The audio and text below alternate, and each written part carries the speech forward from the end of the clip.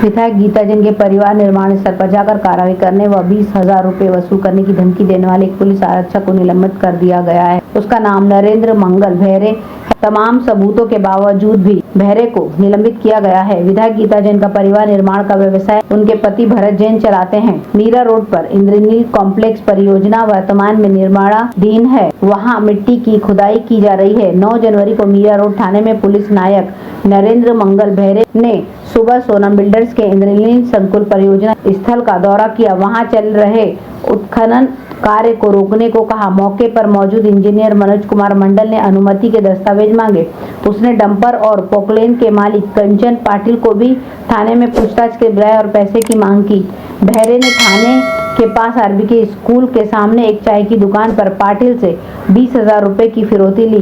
पाटिल से जिस तरह से पैसे लिए गए वो वहां लगे सीसीटीवी में रिकॉर्ड हो गया।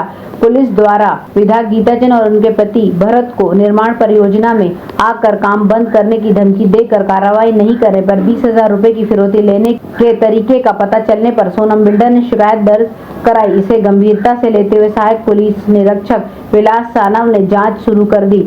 मामले की गहन जांच के बाद आवश्यक साक्ष्य सीसीटीवी फुटेज आदि एकत्रित किए गए। सानव ने अपनी जांच रिपोर्ट में भैरे को जिम्मेदार ठहराया। इसके बाद उपायुक्त विजय कांत सागर ने भैरे को निलंबित कर दिया। भैरे को अगले आदेश तक मुख्यालय में मौजूद रहने का आदेश दिया गया है। महेंद्र में ईएमआई की रकम मांगने पर एक स्टेट एजेंट के साथ मारपीट की गई। स्टेट एजेंट जमुना प्रसाद फूलचंद नाग 7-11 कॉम्प्लेक्स निवासी गीता सिंह के घर ईएमआई का पैसा मांगने गया था।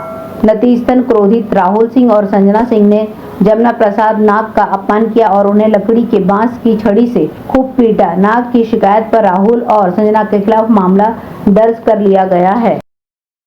मीरा महानगर पालिका के आयुक्त दिलीप ढोले भले ही शहर के विकास एवं जन समस्याओं के निराकरण के लिए युद्ध स्तर पर प्रयासरत हैं, मगर हकीकत की धरातल पर अगर उतर कर देखा जाए तो मनपा आयुक्त के इस एक्शन मूड में होने का दम भरा जाने को उनके मातहत अधिकारी ही अपने स्वार्थ के चलते पलीता लगा रहे हैं। क्योंकि जिस तरीके महानगर पालिका आर्थिक रूप से गर्त में डूबती जा रही है उसे देखते हुए तो यही कहा जा सकता है। दरअसल जब कोई आम नागरिक पानी का बिल समय पर नहीं चुकाता है तो उनके अधिकारियों द्वारा नोटिस थमाने में बिल्कुल देर नहीं की जाती है और उसका कनेक्शन खंडित भी कर दिया जाता है। मगर वहीं मनपा के राजस्व में जुड़े अन्य स्रोतों पर उनका कोई ध्यान नहीं जाता है, बल्कि इस मामले में उनका एक्शन मोड स्विच ऑफ के मोड में चला जाता है।